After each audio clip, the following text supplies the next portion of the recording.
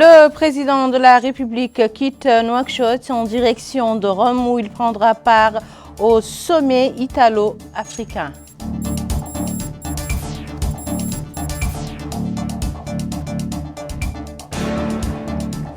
Lors de sa réunion hebdomadaire, le Conseil des ministres a approuvé un certain nombre de projets de décrets et de lois, dont un projet de décret portant sur la réorganisation de l'Agence nationale de la recherche scientifique et de l'innovation.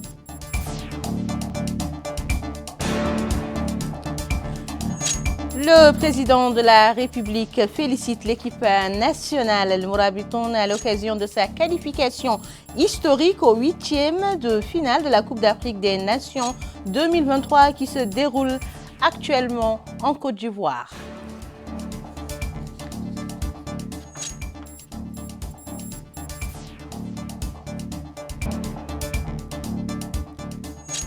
Merci de vous joindre à nous.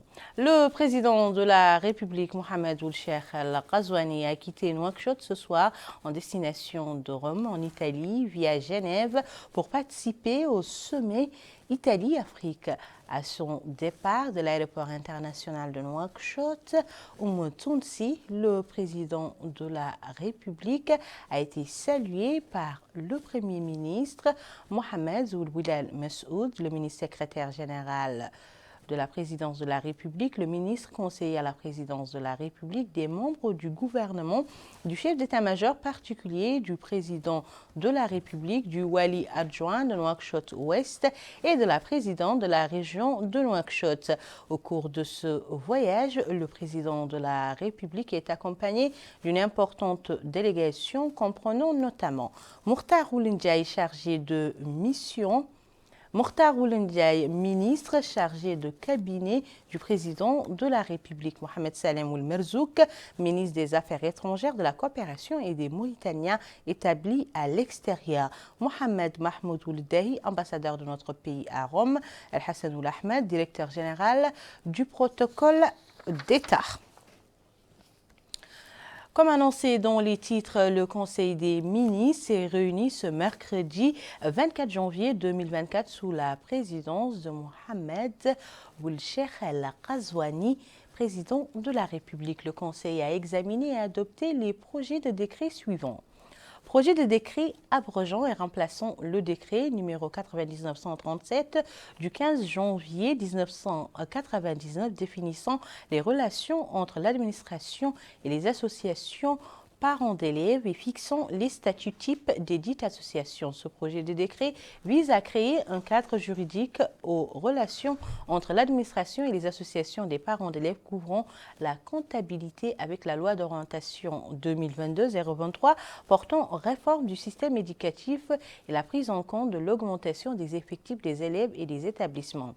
La diversification des interventions des associations et le vide juridique portant sur les conditions définissant le rapport entre le tuteur et l'élève, la convention financière annuelle allouée par l'État à la Fédération nationale des associations de parents d'élèves et les entités d'appui aux établissements et associations. Projet de décret portant nomination du président du conseil d'administration de la centrale d'achat des médicaments et consommables. Projet de décret portant réorganisation de l'Agence nationale de la recherche scientifique et de l'innovation. Ce projet de décret a pour objet de concrétiser les recommandations du Haut Conseil de la recherche scientifique et de l'innovation en matière de révision du statut et du mode de fonctionnement de l'agence afin de permettre à ce dernier d'assumer les missions de coordination et de financement qui lui sont assignés. L'objectif est une meilleure gouvernance et un renforcement de la transparence et de l'efficience ainsi que de l'efficacité des missions de l'agence. Les nouvelles dispositions proposées pour la réorganisation et la réforme de l'agence sont entre autres la consolidation du rôle de l'agence, l'introduction de la souplesse requise dans l'administration de l'agence en vue de permettre au conseil d'administration d'exercer pleinement ses compétences. Gestion des programmes de vulgarisation scientifique, de diffusion et de la technologie en encourageant l'innovation au niveau solaire et communautaire. Le ministre de l'Intérieur et de la décentralisation a présenté une communication relative à la situation intérieure. Le ministre délégué auprès du ministre des Affaires étrangères, de la coopération et des Mauritaniens établis à l'étranger chargés des Mauritaniens de l'extérieur a présenté une communication relative à la situation internationale. Enfin, le Conseil a pris les mesures individuelles suivantes. Premier ministère, établissement public, Observatoire national des droits de la femme et de la fille, membre, représentante du ministère de l'Éducation nationale et de la réforme du système éducatif. Fatimata Samba Eli en remplacement à Khadijetou Kerdid. Ministère de l'Intérieur et de la décentralisation, cabinet du ministre chargé de mission, Diallo Amadou Samba, administrateur au ministère. Haddadi Mbali Yetera, administrateur adjoint au ministère. Si Amadou Koudjel, administrateur au ministère. Mohamed Barek Ahmed Cheikh, administrateur adjoint au ministère, précédemment Hakem de Bougué. Mohamed Horma Ahmed Qassem, administrateur précédemment Hakem de Woulianja. Et Dehbi Sidi Ali Abidine, administrateur précédemment Hakem de Magama. Sar Abdallah Sidia Ibnou, administratif, précédemment inspectrice. Roqaya Mohamed Abdallahi, administratrice, précédemment inspectrice. Lala Sidi Mohamed, administratrice adjointe, précédemment Hakem Moussaïd Duksar. Cheikh Mohamed Lemine Oulahmedzou, administrateur contractuel au ministère. Mohamed Lemine El Hussein Tayyib, administrateur adjoint précédemment attaché au cabinet. Mohamed Lemine Oul Mohamed El Mami Oul Saad, administrateur à l'agence de registre des populations et des titres sécurisés, précédemment directeur des circonscriptions administratives et des affaires juridiques à la direction de l'administration territoriale. Taleb Mohamed Lemine, administrateur contractuel, précédemment chef d'arrondissement de Djonaba. Conseiller technique chargé de la promotion de la démocratie, Zaïd Mbarak El-Eid, administrateur précédemment attaché au cabinet du ministre. Conseillère technique chargée de l'immigration et des réfugiés, Souadou Gako Ndjaï, administratrice précédemment directrice générale adjointe de l'administration territoriale. Conseillère technique chargée de la modernisation de l'action, Bobo L'Aziz Mohamed Boula, administratrice précédemment directrice des frontières et des affaires foncières à la direction générale de l'administration territoriale, attachée au cabinet du ministre. Ahmed Brahim Seyid, administrateur contractuel, précédemment Hakem Moussaïd de Kehiji. Brahim Sid Ahmed Kleib, administrateur précédemment chef de l'arrondissement de l'Ehrej. Mohamed Lemine Brahim Voile, administrateur au ministère. El Khoutoub Mohamed El Mokhtar, administrateur au ministère. Inspection générale interne, inspecteur Mohamed El Kouri, Li Boumedja, administrateur général, précédemment conseiller du Wali de Nouakchott Nord, chargé des affaires juridiques. Oul Betar, Oul Addahi, rédacteur d'administration générale, précédemment conseiller du Wali de l'Inchiri des affaires politiques et sociales. Aïssata Amadou Djaou, administratrice adjointe, précédemment Hakem Moussaïd de Darnaïm. Moukaldoum Mint Abidine, directrice adjointe, précédemment Hakem Moussaïd de Toujinine. Mohamed Issa Naji, administrateur adjoint, précédemment Hakem Moussaïd de Bassiknou. Isselmou Taleb, administrateur contractuel, précédemment Hakem Moussaïd d'Adel Bogrou. Mohamed Moulay Ahmed Béchouloul, administrateur contractuel, précédemment secrétaire général du conseil régional de la wilaya du Hod El-Qarbi.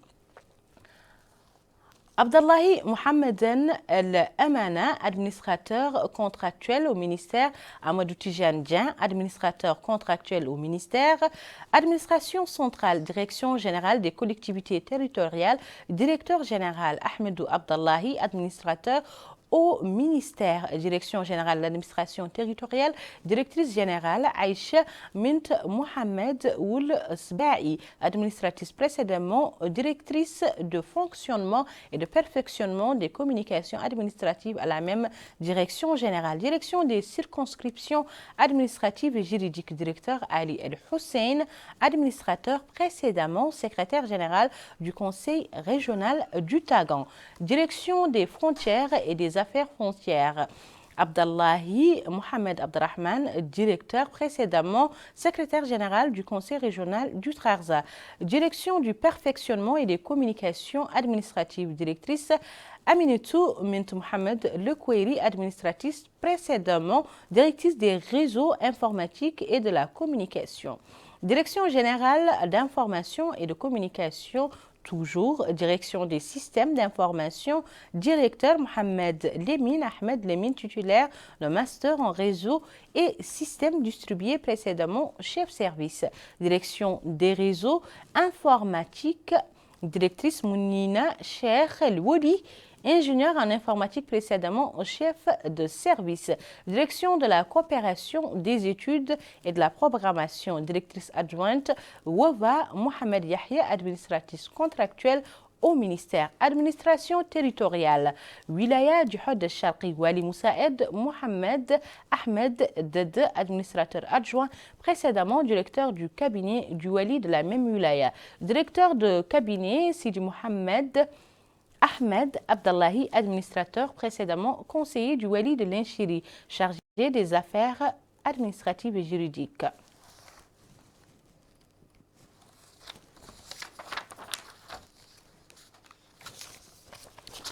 Voilà, ainsi prend fin ce communiqué du Conseil des ministres. La suite avec la conférence de presse qui a eu lieu en marge du Conseil des ministres. Une conférence qui a été l'occasion pour le ministre du pétrole, de l'énergie et des mines, porte-parole du gouvernement, ainsi que ses homologues de l'éducation nationale et de la réforme du système éducatif et de l'enseignement supérieur et de la recherche scientifique de commenter lors de la conférence tenue ce soir les résultats du Conseil que vous pourrez suivre en intégralité après ce journal.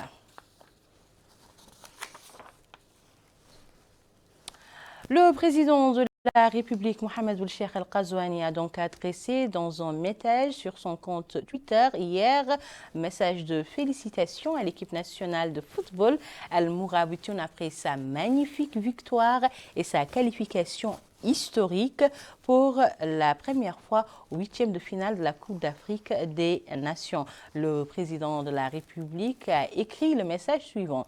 Félicitations à notre équipe nationale Mourabitoun pour cette magnifique victoire et cette qualification pour la première fois au 8e de finale de la Coupe d'Afrique des Nations.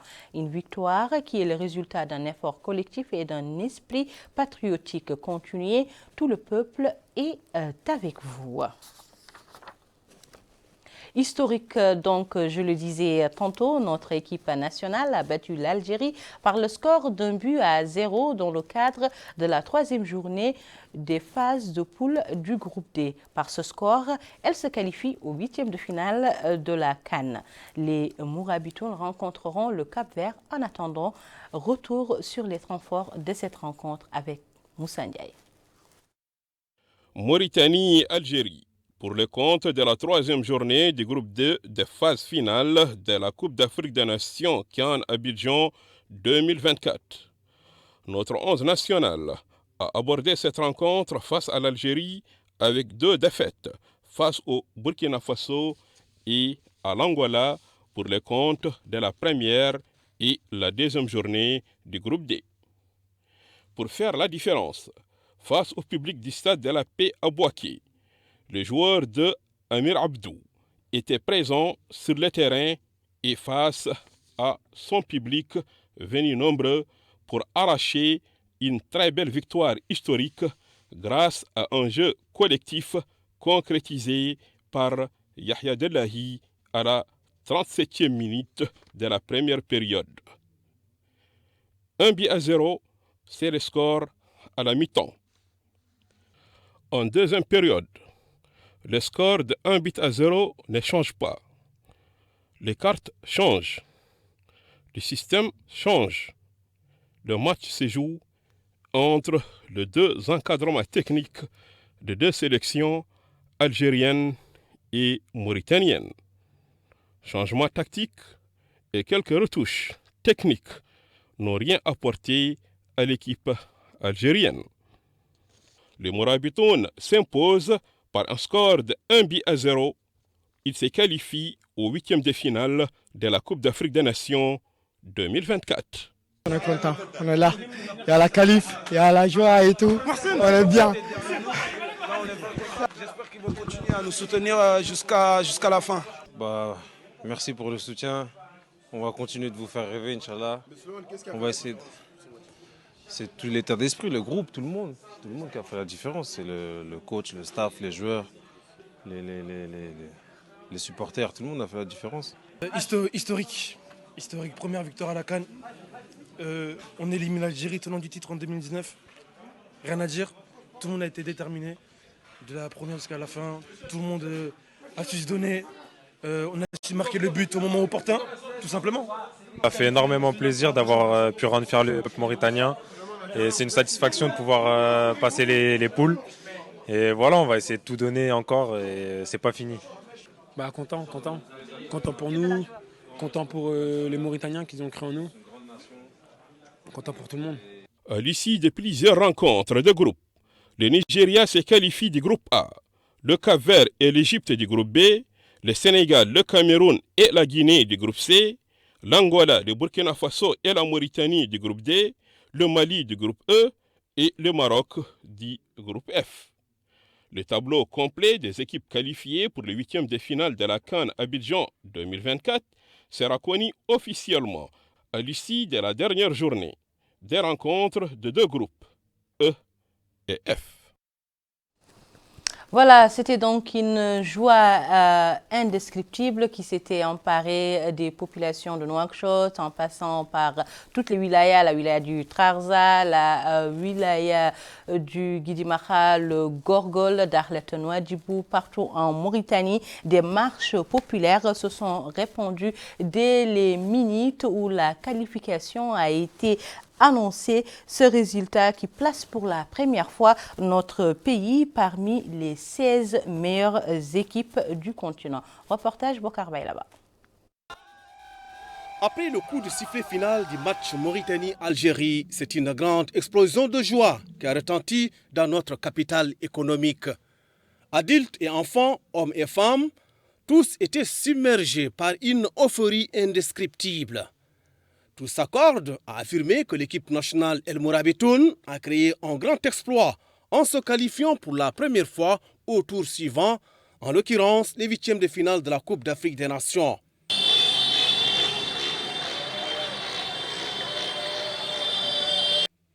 À Kaïdi, c'est la même atmosphère de joie qui a régné. Les habitants affirment que cette victoire est à s'allier à sa juste valeur et selon eux, l'équipe nationale a été vaillante. Elle a produit un jeu à la hauteur des ambitions de tout un peuple. Cette belle victoire est le fruit de la détermination de l'équipe.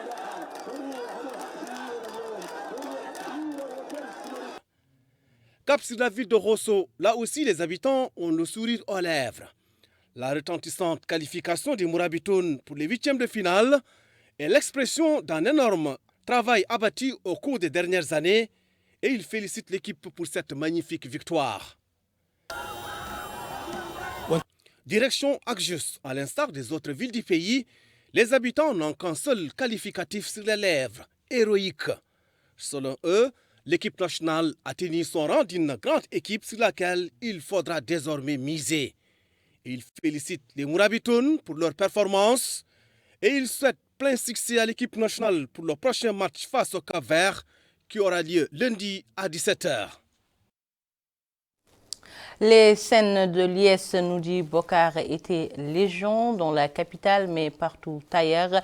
Le public mauritanien était présent et en communion avec ces footballeurs qui n'ont ménagé aucun effort pour nous donner tant de joie et de bonheur. Nous vous laissons avec quelques images du temps fort de ce match qui a hissé notre drapeau très haut.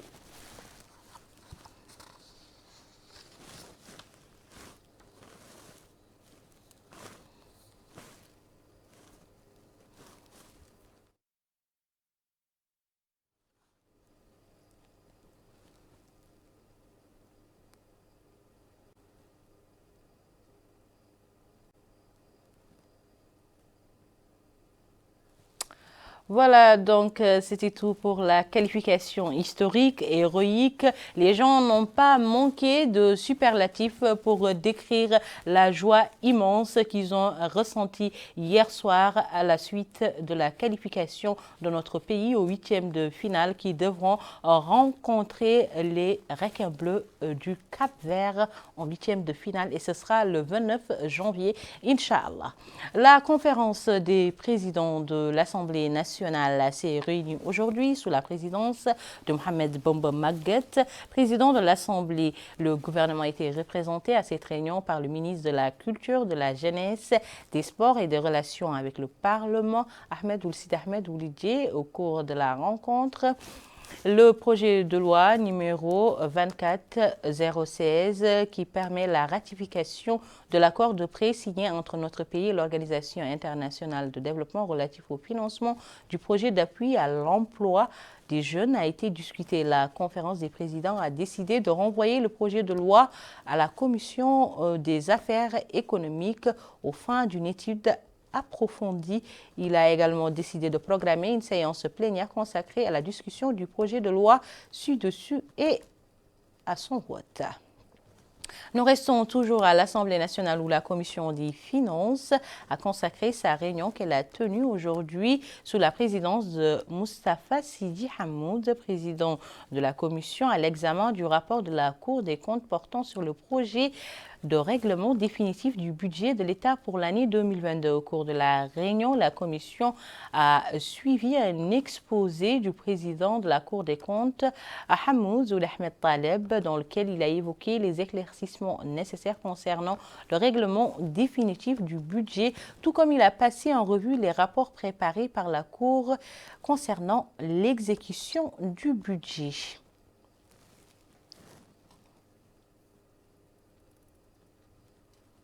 Signature de 2 conventions de prêt entre le ministère du Pétrole, de l'Énergie et des Mines et la directrice adjointe de la BAD. Les financements permettront de favoriser les échanges électriques entre notre pays et la République sœur du Mali. Compte rendu Bokar Baylaba. 10 milliards 700 millions émerus, c'est le montant de 2 conventions de dons et de prêts pour le financement du projet d'interconnexion électrique en 225 kV Mauritanie-Mali et du développement de centrales solaires associées. Et à cette occasion, le ministre de l'économie et du développement durable, Abdessalam Ould Mohamed Salah, a exprimé à la Banque africaine de développement les vifs remerciements du peuple et du gouvernement mauritanien pour le niveau et la qualité de son engagement auprès de notre pays en vue d'asseoir les bases d'un développement socio-économique durable. Pour la Banque africaine de développement BAD, ce projet permettra de favoriser les échanges d'énergie électrique entre la Mauritanie et le Mali. Ce projet devrait ainsi permettre de raccorder près de 3 300 ménages, soit plus de 27 000 bénéficiaires, dont plus de 50% de femmes. Le projet créera aussi 100 emplois locaux et permettra de réduire les émissions de CO2 de plus de 300 tonnes par an. Pour conclure, j'aimerais souligner la signature aujourd'hui des accords de financement de ces 2 projets vient confirmer l'excellence du partenariat qui nous lie. Permettez-moi donc encore une fois, Excellences et Messieurs les ministres, d'adresser les remerciements de la BAD pour les excellentes relations de coopération qu'elle entretient avec votre pays et pour l'intérêt que vous accordez à notre institution. En somme, le projet permettra d'accroître la capacité de production d'énergie solaire au profit des populations des 2 pays. Le ministre du Commerce, de l'Industrie, de l'Artisanat et du Tourisme, le Mrabat Ould Benahi, a supervisé à la Foire internationale du tourisme à Madrid l'ouverture du pavillon de la Mauritanie organisé par l'Office national du tourisme. La participation de notre pays a connu à cette 44e édition une grande présence par rapport aux années précédentes en raison des multiples efforts et actions entrepris par le secteur et les acteurs du tourisme. L'Office national du tourisme a créé les conditions nécessaires pour le succès de la participation de notre pays à ce salon qui se déroulera du 24, c'est-à-dire à partir d'aujourd'hui jusqu'au 28, à travers une plus importante présence des acteurs du secteur privé. Enfin, la fin de ce journal avec cette activité du délégué général de la solidarité nationale et la lutte contre l'exclusion Ta'azur, Hamoud Ould Mohamed, accompagné du wali du Gidimara, Ahmed Ould Mohamed Mahmoud Ould, qui ont participé à l'inauguration des écoles Union et Zreguet et à la distribution d'un certain nombre de cartes d'assurance maladie aux familles nécessiteuses de ces localités. Mohamed Khattat nous en dit plus. Dans le cadre de la visite qu'il entreprend dans la wilaya du Gidimaka, le délégué général à la solidarité nationale et à la lutte contre l'exclusion Ta'azur, M. Hamoud Ould Mohamed, s'est enquis en compagnie du wali, M. Ahmed Ould Mohamed Mahmoud Ould, de l'avancement des travaux au niveau de la centrale solaire d'Ajar Sonenki, actuellement en construction relevant de la Muqata'a de Wampo. Au cours de cette visite, des dizaines de familles ont bénéficié d'aides financières destinées aux couches vulnérables. Le délégué général à la solidarité nationale et à la lutte contre l'exclusion a également inauguré un réseau d'eau potable profitant aux localités relevant de la commune de Tachout, tout comme en bénéficieront des populations de Sono. Il a aussi supervisé l'inauguration d'infrastructures scolaires à Zreguiat relevant de la commune de Hassi-Chagar. L'occasion pour M. Hamoud Ould Mohamed de souligner que l'approche globale et diversifiée mise en œuvre par Ta'azur pour éradiquer la pauvreté et la fragilité sur l'ensemble du territoire national s'inscrit dans la perspective de l'application des instructions du président de la République, M. Mohamed Ould Cheikh Al-Qazouani, visant à diversifier, améliorer et rapprocher les services publics des groupes nécessiteux qui en ont besoin partout et de l'ensemble des citoyens. Il a précisé que cette visite lui permet de superviser personnellement le lancement et l'inauguration de services inclusifs et diversifiés dans toute la wilaya, y compris les infrastructures, les installations de services, l'aide en espèces et les services qui atteignent directement ceux qui le méritent. En plus de cela, 2 écoles ont été inaugurées pour améliorer l'infrastructure de l'école républicaine dans la wilaya, ainsi que la distribution de 17 144 cartes d'assurance maladie au Gidimaka, ce qui permettra à leurs titulaires de recevoir des soins gratuits et un accès automatique aux services de santé dans toutes les régions du pays, dans le cadre des services directs fournis par les différents programmes et projets mis en œuvre par Ta'azur au profit des groupes vulnérables dans tout le pays. Le délégué général à la solidarité nationale et à la lutte contre l'exclusion a également expliqué que les différentes villes, villages, communautés du Gidimaka bénéficieront du programme de Ta'azur qui comprendront le lancement de 57 installations hydrauliques puisées réseau, ainsi que l'extension de réseaux existants, en plus de l'inauguration de 2 centrales électriques hybrides et de 2 grands barrages pour améliorer la capacité de production des agriculteurs et rationaliser l'eau de pluie. Pour leur part, les élus locaux ont apprécié cette visite et l'ensemble des projets de développement mis en œuvre par Ta'azur, déclarant que ces projets changeront à mieux la vie des citoyens et remerciant au passage le président de la République, M. Mohamed Ould Cheikh Al-Qazouani, pour l'intérêt qu'il porte aux citoyens où qu'ils se trouvent. Merci beaucoup Mohamed Ould Khattat. Ainsi prend fin ce journal, mais avant de nous quitter, le rappel des titres. Le président de la République quitte Nouakchott en direction de Rome où il prendra part au sommet italo-africain.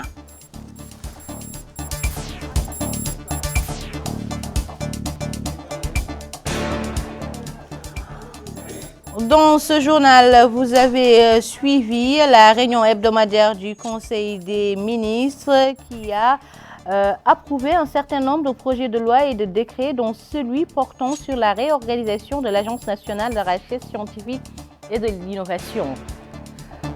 Vous avez également suivi le tweet du président de la République félicitant l'équipe nationale des Mourabitoun victorieuse hier soir et se qualifiant en 8e de finale de la Coupe d'Afrique des Nations qui se déroule actuellement en Côte d'Ivoire. Une qualification historique qui a amené dans la joie dans les rues de Nouakchott. Où que vous soyez, c'était un réel plaisir pour moi de partager avec vous ces moments d'information. Tout de suite, vous allez retrouver le Conseil des ministres en langue nationale, en Poulard avec mon collègue Faye, en Soniké avec Boulaye Diakité et en Wolof avec Baba Karnam. D'ici là, portez-vous bien.